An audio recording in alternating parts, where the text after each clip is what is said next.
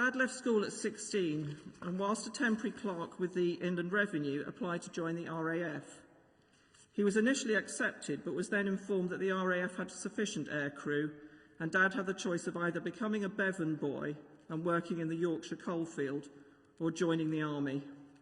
No contest, he joined his father's regiment, the Black Watch. His mother's reaction was typical. The army was always good enough for your father and should be good enough for you. Dad has written up his early life in the army, the highs and lows of infantry training in Lockerbie, Scotland, when he was able to go home on leave one night every 3 weeks. It was in the army that Dad learned to drive 1,500-weight Bedford trucks and 500cc BSA motorbikes. He always maintained his licence to drive HGVs and tanks, just in case he needed to. The army also taught him to cook, sew and mend virtually anything. In 1946, Dad was sent to India. This meant a 6-week boat trip via the Suez Canal, arriving in Bombay and then travelling to Karachi. He was in India for partition, and although he spent some time at Viceroy House on guard detail for Lord and Lady Mountbatten, he also oversaw one of the largest and bloodiest mass migrations of people, with Muslims leaving India for Pakistan and Hindus leaving Pakistan for India. Many Anglo-Indians opted to repatriate to the UK, and Dad was also to oversee those movements. For a boy from Leeds who'd never been abroad, this must have been life-changing. He saw things that no one of his age should ever have to see. Dad eventually returned to the UK, this time on a boat taking home repatriated families from Australasia and Queen Alexandra nurses. Food was good and plentiful, and he arrived back in Yorkshire weighing over 12 stone rather than his fighting weight of 10 stone 4. While we were growing up, Dad never spoke much about his time in India, but when Monica Buckley taught history at James Allen's Girls' School, she persuaded him to give a talk to the senior pupils, and we now have his notes, an invaluable record. After leaving the regular army, he joined the TA, initially the Royal Artillery, and then served with a number of regiments, during which he trained as a paymaster and was appointed to the Royal Army Pay Corps.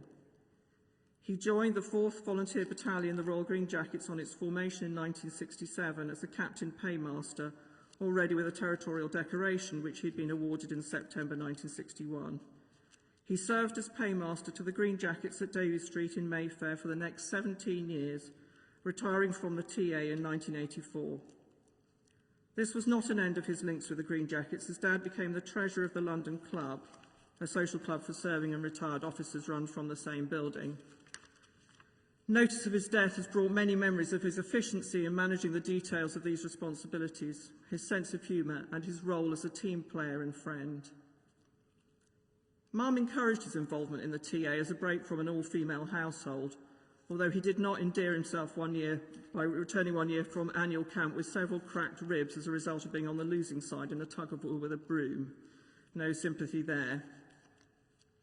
On his return from another camp held in Pembrokeshire, his present was a 6-week-old corgi pup, which spent her first few days fed on compo. He was met on his return with "not another baby" from Mum. Jess was the first of 5 corgis they owned. When our parents acquired their 3rd corgi, a special request was made to the breeder to look after the dog while they went on a trip to Mauritius, which they'd won in a competition.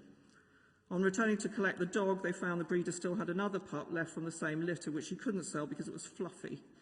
My parents didn't think they could leave her, so she joined the family. They were very adaptable dogs, enjoying several narrowboat holidays, and they even had a brief moment of fame starring on stage at the Playhouse in Rail Dahl's The BFG in December 2002.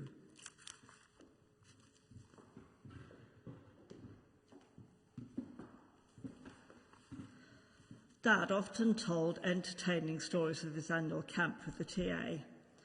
One was spent on the Isle of Mull, which he renamed the Isle of Mud, as it never stopped raining and tents were blown away.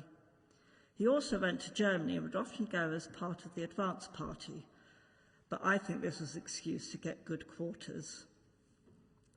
On one such trip, he developed a love of cherry brandy, which he claimed was medicinal. He maintained army links, and those with the Royal Artillery meant he enjoyed some great evenings at Woolwich Barracks. With the Royal Green Jackets, he always attended the remembrance service at St George's, Hanover Square. More recently, he has attended the Remembrance Plot at Westminster Abbey for the Pay Corps, followed by high tea at Wellington Barracks.